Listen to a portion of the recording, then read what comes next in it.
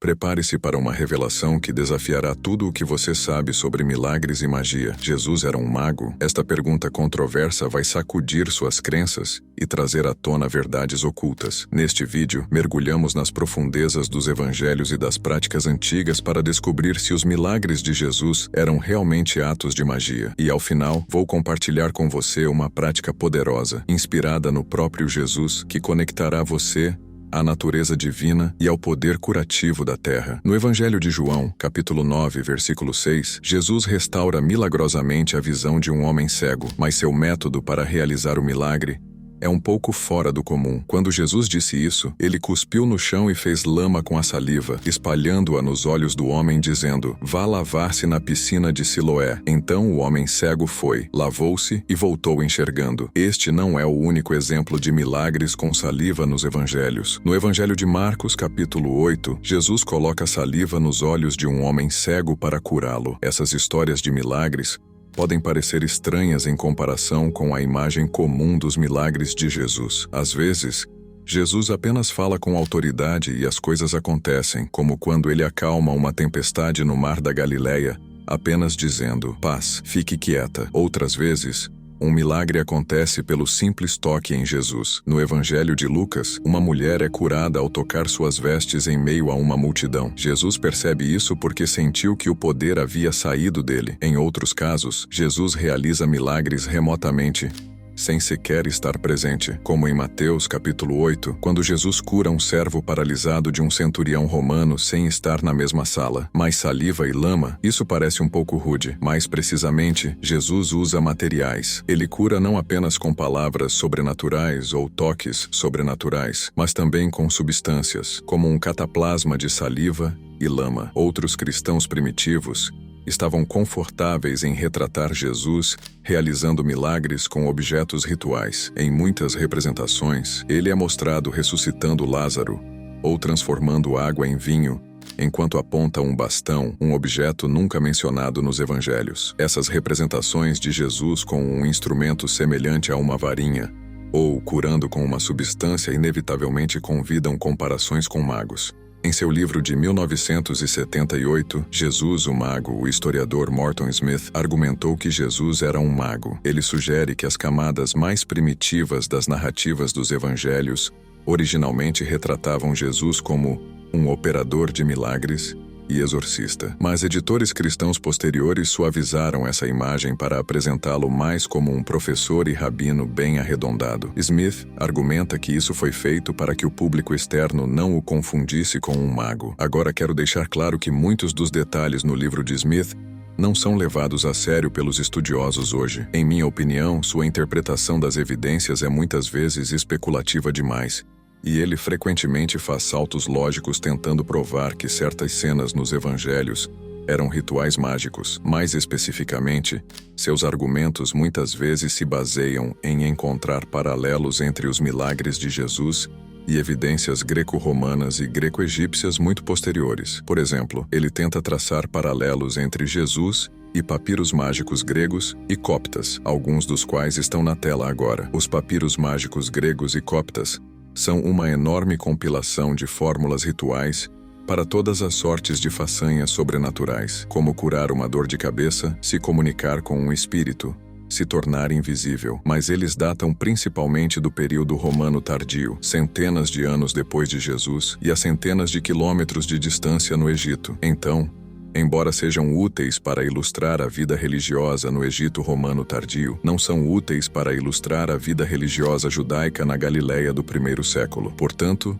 descarto grande parte do livro como impreciso, mas o livro de Smith é valioso na medida em que questiona a categoria de milagre, destacando que as linhas entre milagre e magia, mago e operador de milagres podem ser tênues. Estas são categorias que tomamos como certas, mas ao olhar mais de perto, descobrimos que se um milagre é magia, está nos olhos de quem vê. Hoje, examinaremos se Jesus era um mago. Primeiro, vamos enquadrar nossa discussão. Quero deixar claro que não estamos discutindo se os milagres de Jesus realmente aconteceram. Estamos limitando nosso estudo Há perguntas que podemos responder usando ferramentas de análise histórica e literária. Então, estou enquadrando essa questão de duas maneiras, através de uma lente literária e uma lente histórica antropológica, porque mago levanta duas interpretações diferentes. Pode se referir a um personagem imaginário ou arquétipo literário como Harry Potter, Gandalf, ou exemplos da literatura greco-romana como Medeia e Circe, que transforma a tripulação de Odisseu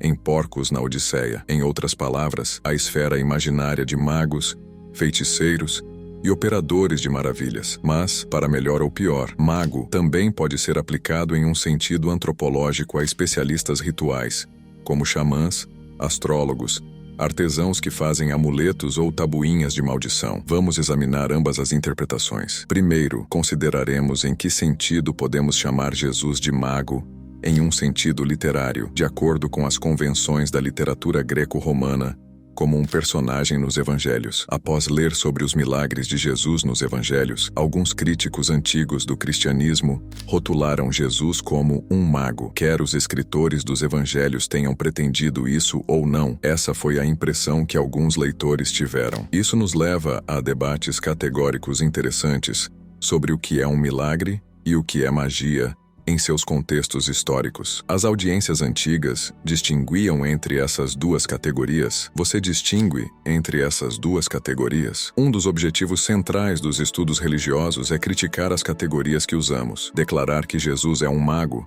pode revelar nossos próprios preconceitos sobre o que um milagre realmente é. A segunda metade da nossa discussão envolverá o próprio Jesus. Em um sentido histórico e antropológico, Jesus se apresentava como um operador real de milagres ou magia, e não simplesmente um rabino ou professor. Para usar um exemplo moderno, quer você acredite ou não na realidade dos demônios, não há dúvida de que existem cristãos hoje que se apresentam como exorcistas. Eles se apresentam no palco e realizam rituais que chamam de exorcismo. Você pode encontrar filmagens de tais exorcistas no YouTube. Agora, alguns observadores mais cínicos podem ser rápidos em descartar esses exorcistas como charlatões que estão tentando enganar seu público, mas acho que essa perspectiva obscurece o que está acontecendo de uma perspectiva antropológica ou psicossocial. Esses especialistas rituais e os participantes são aculturados em uma comunidade religiosa que está profundamente investida na ideia de guerra sobrenatural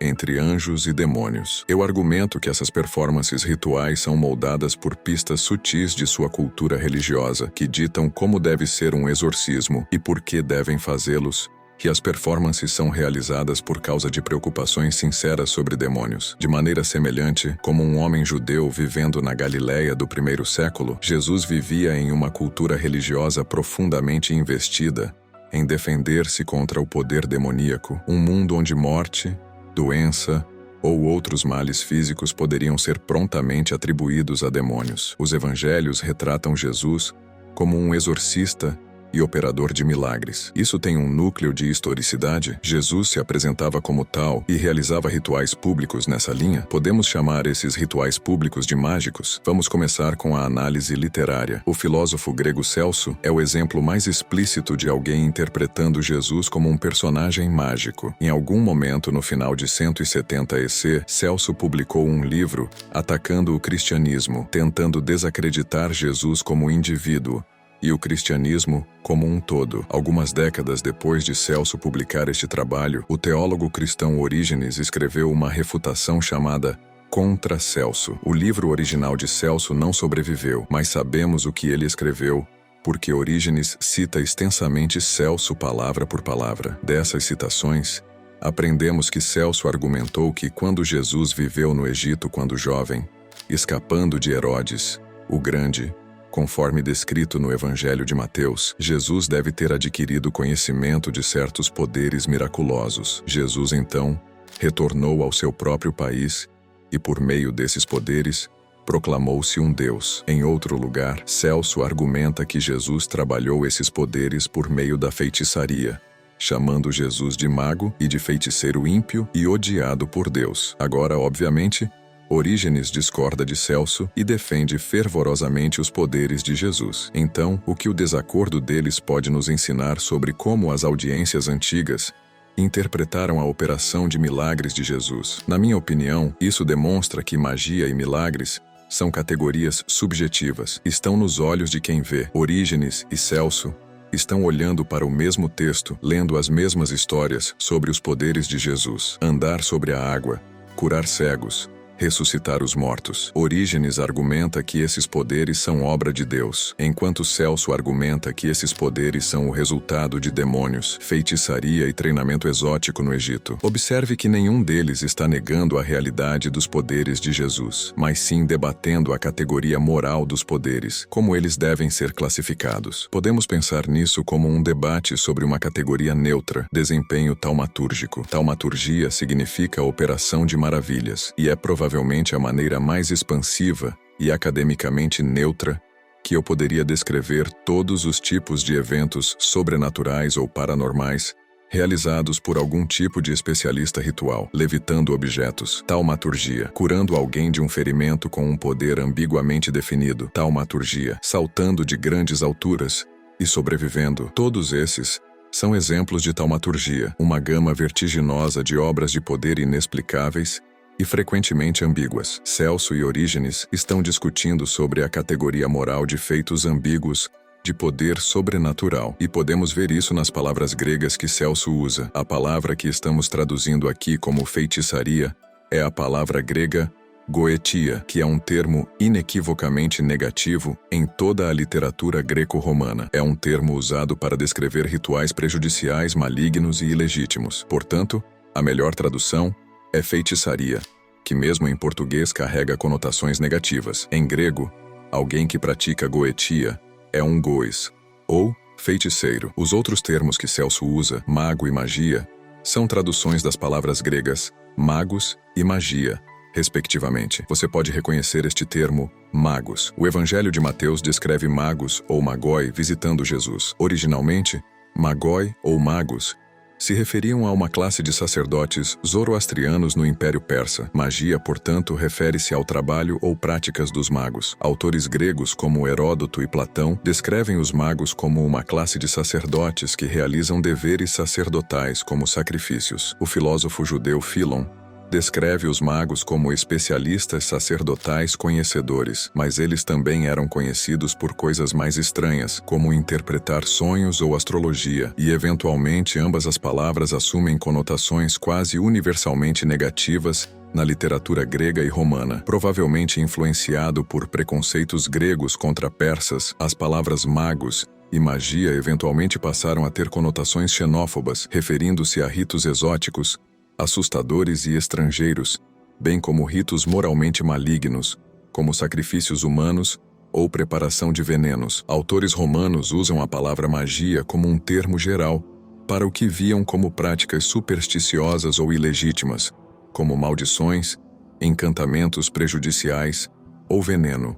Este aqui na tela é um amuleto de bronze representando o mal-olhado, sendo atacado por cobras, leões, um escorpião e sendo perfurado por flechas. Um motivo anti-mal-olhado, muito comum no período romano. Aqui está outro exemplo, uma fórmula protetora, inscrita em um pedaço de prata, que invoca o Deus de Abraão e Jacó para proteger uma filha, chamada Alexandra, de demônios e feitiçarias e tonturas. E há também uma coleção inteira de tigelas de encantação da antiga Mesopotâmia, tigelas de barro inscritas com encantamentos que visavam neutralizar demônios da casa de alguém. Muitas dessas foram escritas em aramaico e extraem frases do Talmud e de outros textos judaicos. Esses exemplos são apenas uma pequena fração de um enorme corpo de evidências de rituais personalizados que as pessoas antigas realizavam por uma variedade de razões, desde amaldiçoar rivais até proteger-se de doenças ou demônios. Mas quero que lutemos com as perguntas. Podemos classificar todos esses rituais como magia? E podemos dizer que essas tabuletas de maldição, amuletos, ou tigelas de encantação foram feitos ou usados por alguém chamado mago. Eu argumento que esses termos obscurecem o contexto social desses rituais. Vamos usar o exemplo de Harry Potter e Gandalf novamente. Qual é o título de trabalho dessas figuras? Bem, eles são magos, um termo que eles não apenas usam para descrever a si mesmos, mas também é um termo visto positivamente por seus pares e pelo público de seus universos ficcionais. É uma coisa boa ser um mago. Considere também pagãos contemporâneos que se identificam como bruxas. É um termo positivo de autodescrição. Como já vimos, esse não é o caso no mundo antigo. Com tantos termos gregos e latinos, cada um com seu significado específico e muitos deles com conotações polêmicas, pejorativas ou depreciativas, acho que é uma má prática histórica aplicar o termo mago de forma acrítica às pessoas que criaram ou usaram esses objetos. Vamos fazer um experimento mental aqui. Conhecendo a conotação antiga dos termos magos ou gois, quando olhamos para um objeto como este amuleto de prata que visa proteger uma mulher chamada Alexandra de demônios, ou esta tigela de encantação que visa expulsar demônios de sua casa, é mago a melhor maneira de descrever a pessoa que fez esses objetos? Eu acho que não. Quem quer que tenha feito este amuleto era alguém educado o suficiente para saber sobre liturgia cristã e citações bíblicas. Que tipo de pessoa seria essa? Um monge? Ou um sacerdote? Acredito que este exemplo e muitos exemplos semelhantes de amuletos com motivos cristãos foram feitos por clérigos. E esta tigela de encantação, quem quer que tenha inscrito essa encantação dentro dessa tigela foi treinado no Talmud. Em outras palavras, um rabino, o que borra a linha entre magia e religião. Até o famoso médico romano Galeno se envolveu no mundo da cura e das gemas, borrando a linha entre medicina e magia. Portanto, os títulos de trabalho dos chamados trabalhadores de magia na antiguidade não são mago ou feiticeiro, mas sim títulos de trabalho muito mais mundanos, como escriba, sacerdote, monge, rabino ou médico. Então, tanto quanto aprecio Morton Smith por revelar a linha tênue entre milagre e magia, acho que ele designar Jesus como mago obscureceu mais do que ajudou. Não é um termo antropológico útil ao estudar a religião antiga. Os estudiosos são rápidos em distinguir entre o mago do folclore e as pessoas comuns que podem ter encomendado ou criado os vários objetos e textos rituais de pequena escala que visam trazer sobrenaturalmente algum resultado desejado. Em vez de mago, os estudiosos preferem o termo amplo, mas mais neutro, especialista ritual. Especialista ritual ou especialista em rituais é um termo abrangente para descrever as várias pessoas antigas que se envolveram nesses tipos de rituais. Alguns estudiosos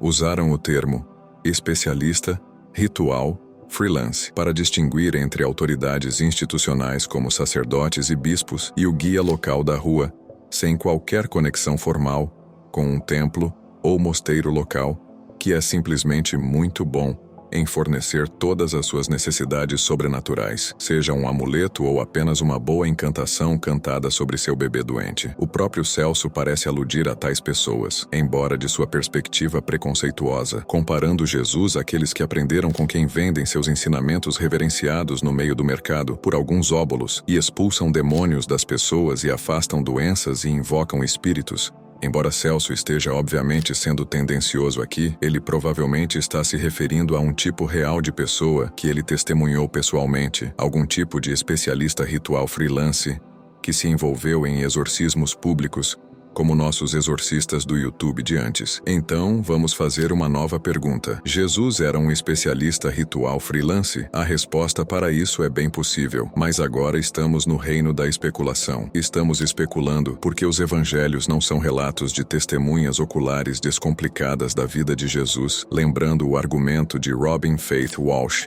de que os evangelhos são biografias subversivas, com um objetivo retórico específico em mente. Não precisamos assumir que os escritores do Evangelho estão registrando tradições precisas de Jesus como um exorcista público ou curandeiro de fé. Seu trabalho de maravilhas, antes de tudo, é uma estratégia retórica usada pelos escritores do Evangelho para retratá-lo como uma figura divinamente autorizada e divinamente poderosa, mas a noção de um camponês galileu agindo como um especialista ritual freelance certamente não está fora do reino das possibilidades. Então, vamos em frente. A estudiosa de estudos religiosos Heidi Wendt define especialistas rituais freelancer como especialistas religiosos auto-autorizados. Essas eram pessoas que ofereciam seus serviços como astrólogos, adivinhos, exorcistas, curandeiros e profetas. Ela não tem em mente autoridades religiosas que derivam sua autoridade e legitimidade de instituições religiosas, como um colégio de sacerdotes em uma cidade romana ou um monge em um mosteiro, mas sim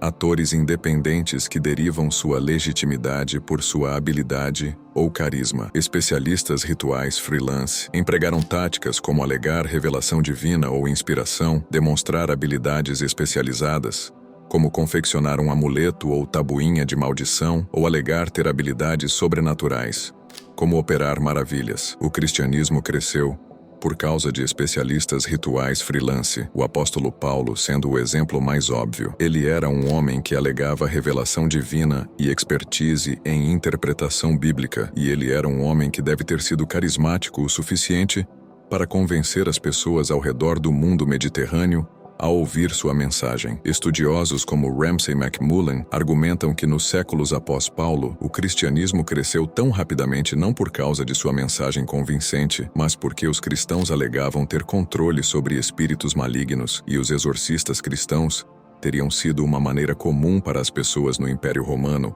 encontrarem o cristianismo pela primeira vez. Portanto, não está fora do reino das possibilidades que o fundador do movimento em si fosse um especialista ritual freelance. Agora, não há realmente nenhuma razão para pensar que Jesus confeccionava qualquer um dos tipos de objetos rituais tradicionalmente e problematicamente classificados como mágicos. Era necessário um certo nível de habilidade para um artesão fazer uma gema protetora, amuleto ou tabuinha de maldição. Todos esses objetos foram provavelmente produzidos por oficinas especializadas. Não há nada nos evangelhos ou nas cartas de Paulo que sugira que Jesus se envolveu nesses rituais mais do que qualquer outro homem judeu galileu comum. Com base nas evidências disponíveis, é mais fácil argumentar pela plausibilidade de que Jesus funcionou como algum tipo de exorcista público ou curandeiro de fé, o que por si só não era fora do comum. Há algumas evidências de que pessoas semelhantes que se estilizam como operadores de maravilhas estavam operando na Galileia, como Rony, o fazedor de círculos, e Hanina Bendosa. Vamos ver essa questão do exorcismo. O evangelho mais antigo, o Evangelho de Marcos, diz que os oponentes de Jesus alegavam que Jesus estava possuído pelo príncipe dos demônios, Belzebu, e pelo governante dos demônios, ele expulsava demônios. Esta chamada acusação de Beelzebub, uma versão ligeiramente diferente que também aparece em Mateus e Lucas, pode nos dar algumas pistas sobre a historicidade de Jesus se posicionando como um especialista ritual público. Muitos estudiosos pensam que isso é histórico, como diz o estudioso Giovanni Bazzana em um livro recente sobre o exorcismo cristão primitivo. A maioria dos estudiosos tende a considerar a acusação de Belzebu como um dos materiais relacionados à biografia de Jesus que tem a maior probabilidade de ser histórica. Se tanto seus fãs quanto seus oponentes pensavam que ele realizava exorcismos, essa passagem pode indicar que Jesus realmente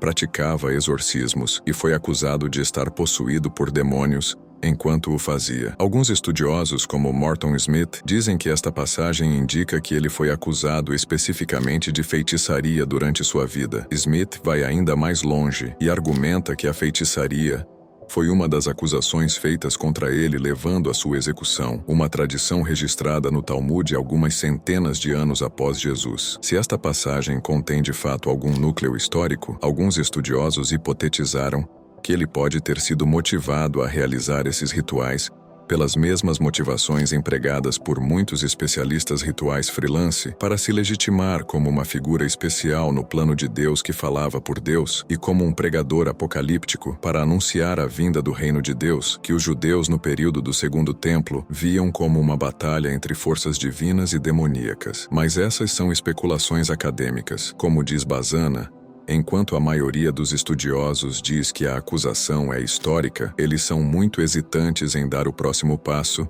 e dizer que a acusação pode nos dizer algo sobre a prática exorcística real do Jesus histórico. Bazzana considera a questão da autenticidade da acusação de Beelzebul como um impasse. Então, o melhor que podemos fazer é esboçar a plausibilidade de um exorcista judeu operando na Galileia do primeiro século, para o qual Temos algumas evidências além das narrativas do Evangelho. Considere, por exemplo, uma passagem super interessante do historiador judeu Joséfo. Joséfo afirma ter testemunhado um homem judeu chamado Eleazar, realizando exorcismos diante do imperador Vespasiano. O texto diz que ele extraiu um demônio pelas narinas de um homem, colocando um anel inscrito com um selo salomônico sob o nariz do homem. E quando o homem imediatamente caiu, Eleazar exortou o demônio a nunca mais voltar para ele, repetindo o nome de Salomão e proferindo encantamentos que ele compôs. Se acreditarmos em Joséfo, este é um relato de testemunha ocular de um homem judeu realizando um exorcismo no final do 1º século. Se não acreditarmos em Joséfo, pelo menos é uma evidência de que Joséfo conhecia rumores de exorcistas judeus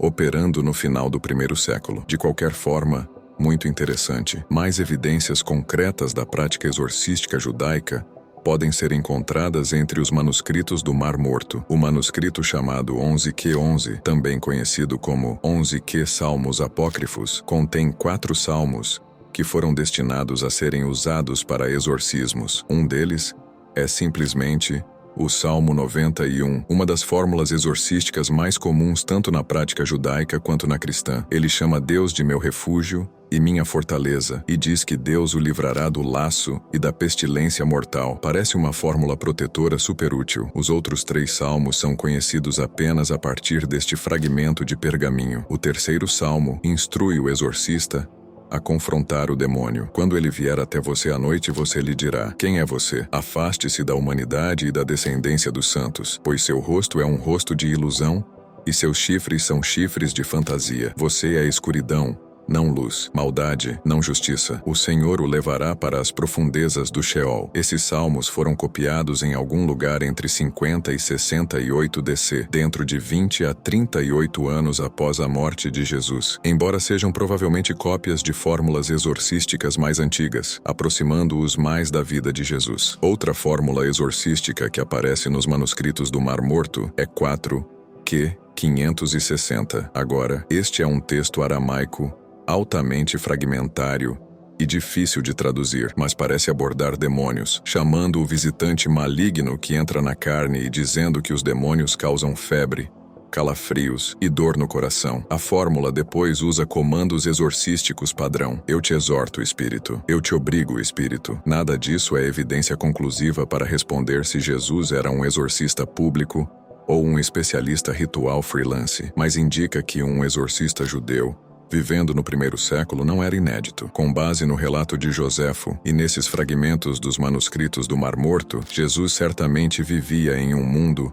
onde exorcistas públicos estavam ativos e fórmulas exorcísticas estavam potencialmente disponíveis. Então isso nos traz de volta à pergunta inicial: Jesus era um mago? Vimos que a resposta realmente depende de como você está definindo o termo. Os escritores do Evangelho retratam Jesus como um taumaturgo, e dependendo do viés do público, diferentes públicos interpretariam seu trabalho de maravilhas como divino ou desviante, e assim, exemplos de milagres sancionados por Deus ou magia sancionada por demônios. Agora, se estamos usando o termo como especialista ritual freelance, então a resposta é potencialmente sim. A acusação de Beelzebul pode indicar que Jesus realizava exorcismos, o que implicaria que ele era algum tipo de especialista ritual. É pelo menos uma conclusão plausível quando examinamos a questão ao lado de fontes contemporâneas, que demonstram que os judeus do 1º século copiavam fórmulas de exorcismo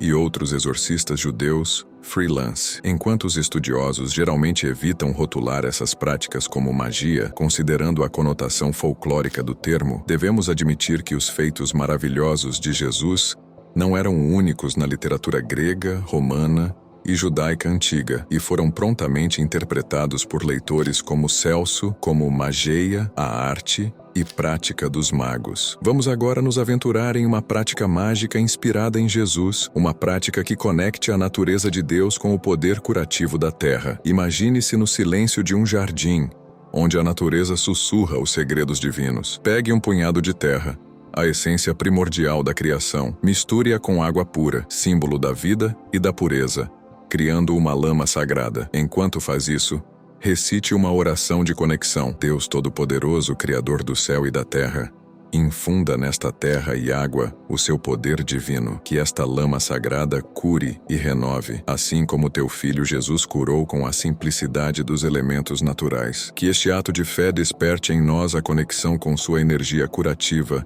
e amor incondicional. Aplique esta lama onde sente dor ou necessidade de cura, acreditando plenamente no poder divino que atua através dos elementos da natureza. Sinta a presença de Deus ao seu redor, trazendo paz e cura. Liberte-se pelo conhecimento, transforme-se pela percepção. E você, Jesus era um mago mesmo? O que você acredita? O que achou da nossa investigação? Considere assinar o canal para conteúdo transformador exclusivo.